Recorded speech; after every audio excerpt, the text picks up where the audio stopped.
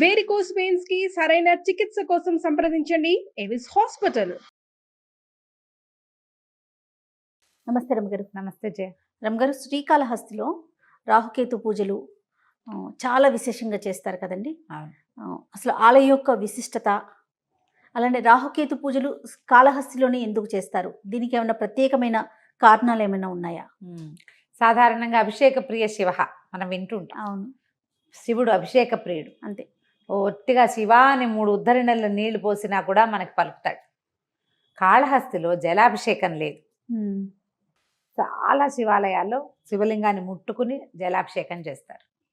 అభిషేకాలు కనపడతాయి కదా. అవునవును. జలాభిషేకం, ఫలాభిషేకం, పంచామృతాభిషేకం, ఎన్ని అభిషేకాలు, భస్మం, అబో ఎన్ని రకాలు. మనం ఉజ్జయినిలో చూస్తే భస్మాభిషేకం చేస్తారు స్వామికి, అదొక విశేషంగా కనపడుతుంది.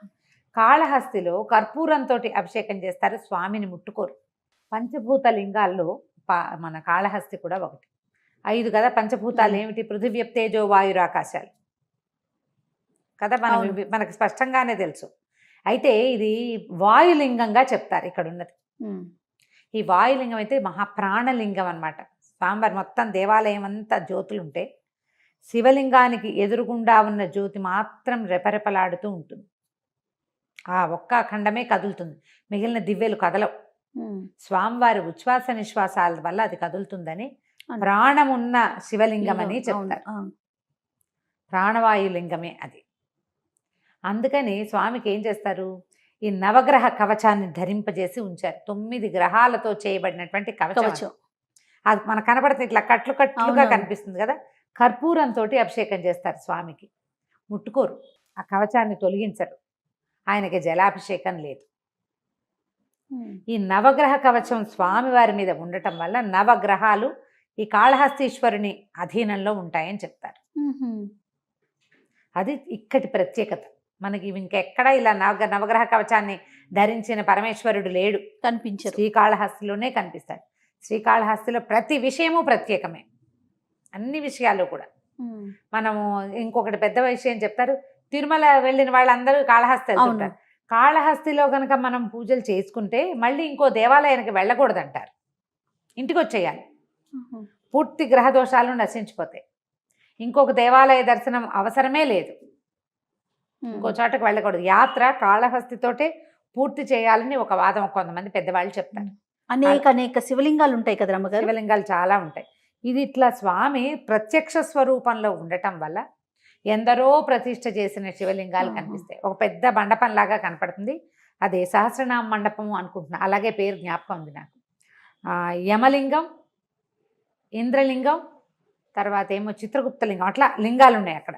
అక్కడ మనకి మన కాళహస్తిలో ఎక్కడ ఆకాశం కనపడదు. ఈ మండపం దగ్గర మాత్రం ప్రత్యేకంగా బాణం గుర్తు వేసి ఉంటుంది. అక్కడ నిలబడితే మనం ఆకాశాన్ని చూడగలుగుతాం. అక్కడి నుంచి మనం ఆలయం తాలూకు గోపురం మనకు కనిపిస్తుంది, శిఖరాలు కనపడతాయి. అమ్మవారి శిఖరం కనపడుతుంది, అయ్యవారి గోపుర శిఖరం కనపడుతుంది, కన్నప్ప గుడి కూడా కనిపిస్తుంది అక్కడి నుంచి. భక్త కన్నప్ప ఆలయ శిఖరం కూడా అక్కడి నుంచే కనపడుతుంది. ఇంకెక్కడి నుంచి మనం ఆకాశాన్ని మొత్తం కవర్ చేసి ఉన్నట్టుగా ఉంటుంది. అయితే ఇట్లా నవగ్రహాలు స్వామివారి కవచ రూపంలో ఆయన అధీనంలో ఉండటం వల్ల ఇక్కడ చేసేటువంటి రాహుకేతు పూజ అత్యద్భుతమైన ఫలితాన్ని ఇస్తుంది. మనకి రాహువు కేతువే ఎక్కువగా ఇబ్బంది పెట్టే గ్రహాలు. అవును, ఇక్కడ కనుక చేయించుకుంటే అవి కరెక్ట్గా అవుతాయి. తర్వాత ఇక్కడ జ్ఞానప్రసూనాంబ అమ్మవారికి నడుముకి వడ్డాణంగా కేతు గ్రహం ఉందని చెప్తారు. కేతువు ఆమె నడుము వడ్డాణంలో ఉన్నాడట. అందుకని వారి మీద పూర్తి కంట్రోల్ ఉంటుంది ఈ క్షేత్రంలో. మామూలుగా క్షేత్ర మహత్యం అనేది ఒకటి వింటాం కదా జయ.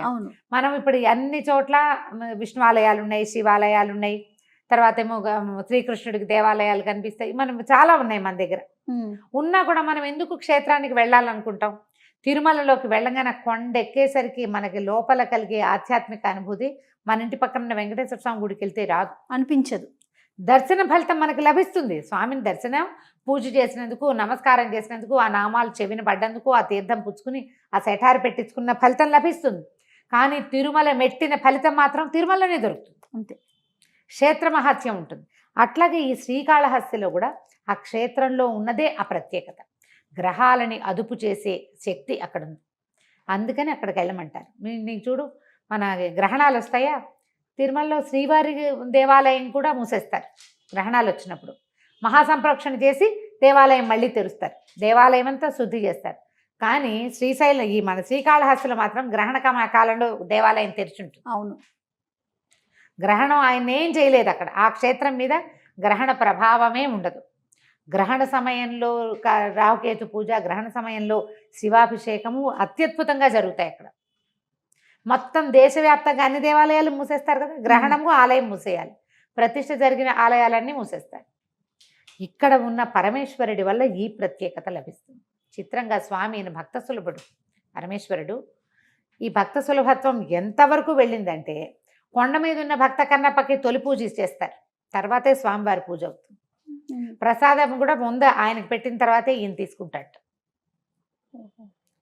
చాలా వింతగా విశేషంగా అనిపిస్తాయి. శ్రీకాళహస్తి క్షేత్రం అంత అత్యద్భుత క్షేత్రం భూమి మీద లేదంటే అతిశయోక్తి కాదు. ఈ మహాప్రాణి ఈ మన పంచభూత లింగాల్లో వాయులింగం కదా ఇది. మిగిలిన 4 లింగాలని మనం చూస్తాం. అగ్నిలింగం అరుణాచలేశ్వరుడు, అవునండి. తర్వాత ఏమో ఈ మన పృథ్వీలింగం ఏమో ఈయన ఏకాంబరేశ్వరుడు కంచిలో, తర్వాత జంబుకేశ్వరంలో ఉన్నవాడు జలలింగం, ఆకాశలింగం ఏమో చిదంబరంలో ఉంది. వీటన్నిటికంటే కూడా చాలా ప్రత్యేకత కలిగింది ఈ వాయులింగం. మనం ఈ పంచభూత లింగాలు 5 క్షేత్రాలను కనుక మనం ఒకే సంవత్సరంలో దర్శించగలిగితే ఎంతో బాగుంటుంది, మంచి ఫలితం లభిస్తుంది. ఏడాదికి ఒకసారి ఒక దర్శనం చేసినా సరే, కానీ మనిషి అన్నవాడు తప్పకుండా ఈ పంచభూత లింగాల్ని చూడాలి అని చెప్తారు. ఎక్కడెక్కడ ఏమున్నాయో తెలుసుకోవటం. ఇప్పుడు అక్కడికి అరుణాచలం వెళ్తాం, గిరి ప్రదక్షిణ చేస్తాం. ఇక్కడికి వచ్చామనుకో, ఈ మన శ్రీకాళహస్తికి రాగానే మనకు వెంటనే ఏమొస్తుంది మనసుకి, రాకేతు పూజ మనం కూడా చేయించుకుందాం అనిపించేస్తుంది. గ్రహ దోషాలు నశిస్తాయి. ఒట్టి రాహుకేతువులు బలమైన వాళ్ళు, వీళ్ళతో ఇబ్బందులు వస్తాయి. కానీ మిగిలిన అన్ని గ్రహాలు కూడా ఏదో ఒక ఇబ్బంది ఉంటుంది.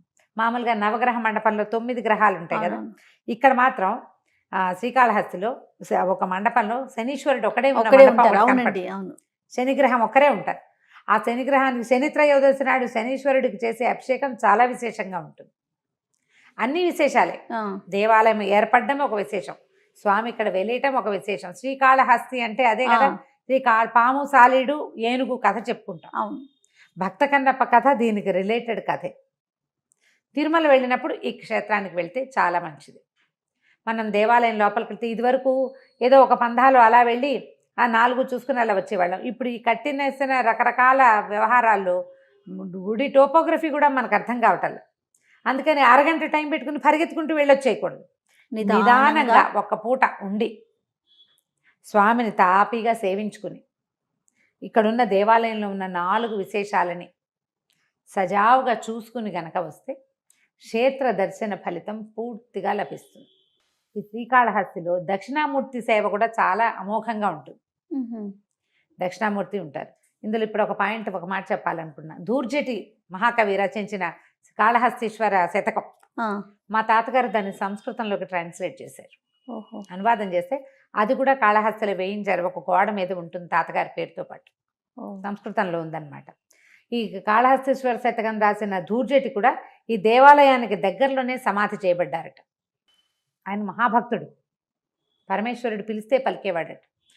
ఎన్ని కథలు ఉంటాయో శ్రీకాళహస్తి మీద, కథలన్నీ తెలుసుకుని దేవాలయ విశేషాలు నిదానంగా చూసి తాపిగా దర్శనం చేస్తే, నువ్వు చూసి వెళ్ళిపోయి వచ్చి రాకేతు పూజ ఫలానా రోజున 3 పెట్టుకుని అక్కడ బుక్ చేసుకుని పరిగెత్తుకుంటూ వెళ్ళి చేసుకుని వచ్చేస్తే ఫలితం లభిస్తుందని అనుకోవద్దు.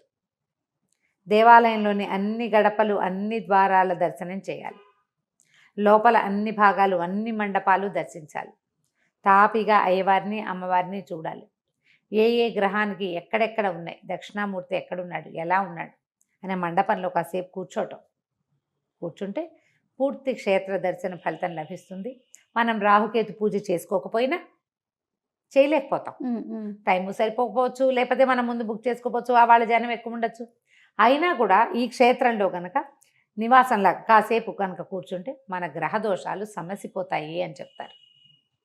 పూర్తి గ్రహదోషాలని బాగు చేసే క్షేత్రం ఇది తప్ప ఇంకొకటి లేదు, అంత ఖచ్చితంగా చెప్పబడింది అన్నమాట.